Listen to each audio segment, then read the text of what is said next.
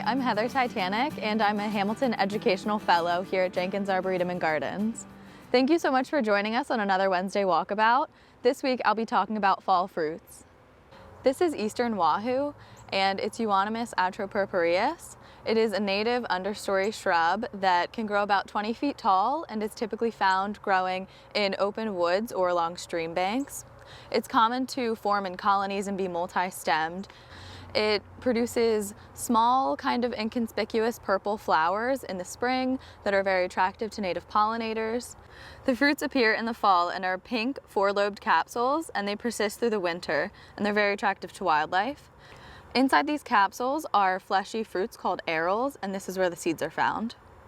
This plant dates back to traditional medicine, where the powdered bark was used to relieve digestive issues.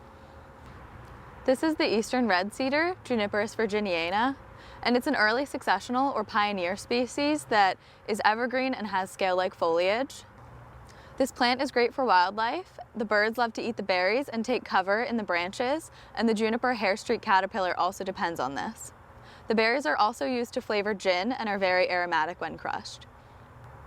This is a great plant, however it is a carrier for cedar apple rust, so it shouldn't be planted near orchards. This next plant is a bit smaller than the rest. It's eastern teaberry, or Gaultheria procumbens. It's a very small evergreen plant that grows 3 to 5 inches tall, and it's typically found growing on the forest floor in dappled shade and moist conditions. In the spring, it sends up a small white or light pink flower that matures to a red berry that can be seen in late summer, and they can even persist through the winter. These berries are edible, and they're typically eaten by chipmunks or small mammals, and they're also edible to humans. Teaberry extract is taken from this plant, and it's pretty minty and used to flavor candies, chewing gum, and medicines. The branches and leaves of this plant can also be used to make a tea.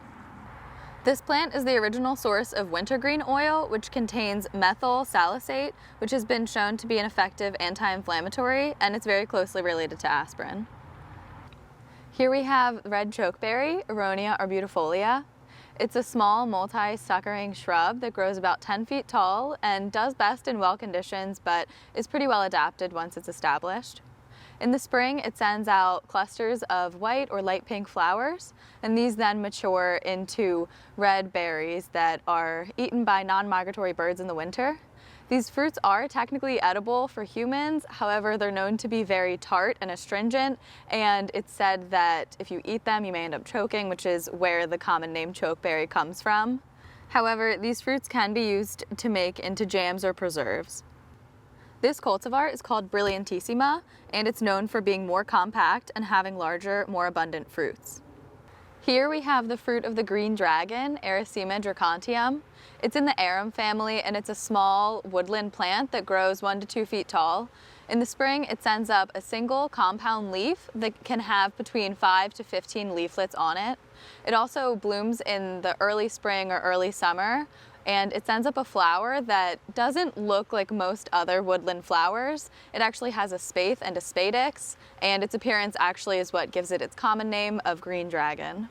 In late summer and early fall, the plant begins to send out fruits, and they originally start out as clusters of orange berries that mature to a bright red, and there can be up to 150 berries per cluster. This plant is beneficial to wildlife and often feeds the birds, however it is deer resistant. In mid to late summer, the plant starts to go dormant and lose all of its leaves, and what remains is the cluster of berries. This is the American holly, Ilex opaca. It's a broad-leaved evergreen tree that has semi-glossy, very sharp leaves.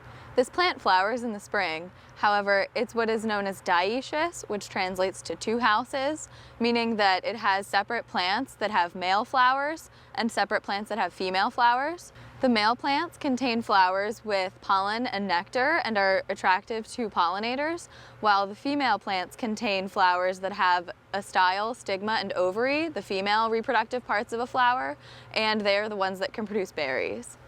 This plant is also very attractive for wildlife. The birds love to eat the berries, and they also use the foliage and branches for shelter. This is an understory tree that's commonly found growing up to 40 feet tall, usually in moist conditions. Thank you for joining us on this week's Wednesday Walkabout. The gardens are still open from 9 a.m. until 5 p.m., and we hope to see you around.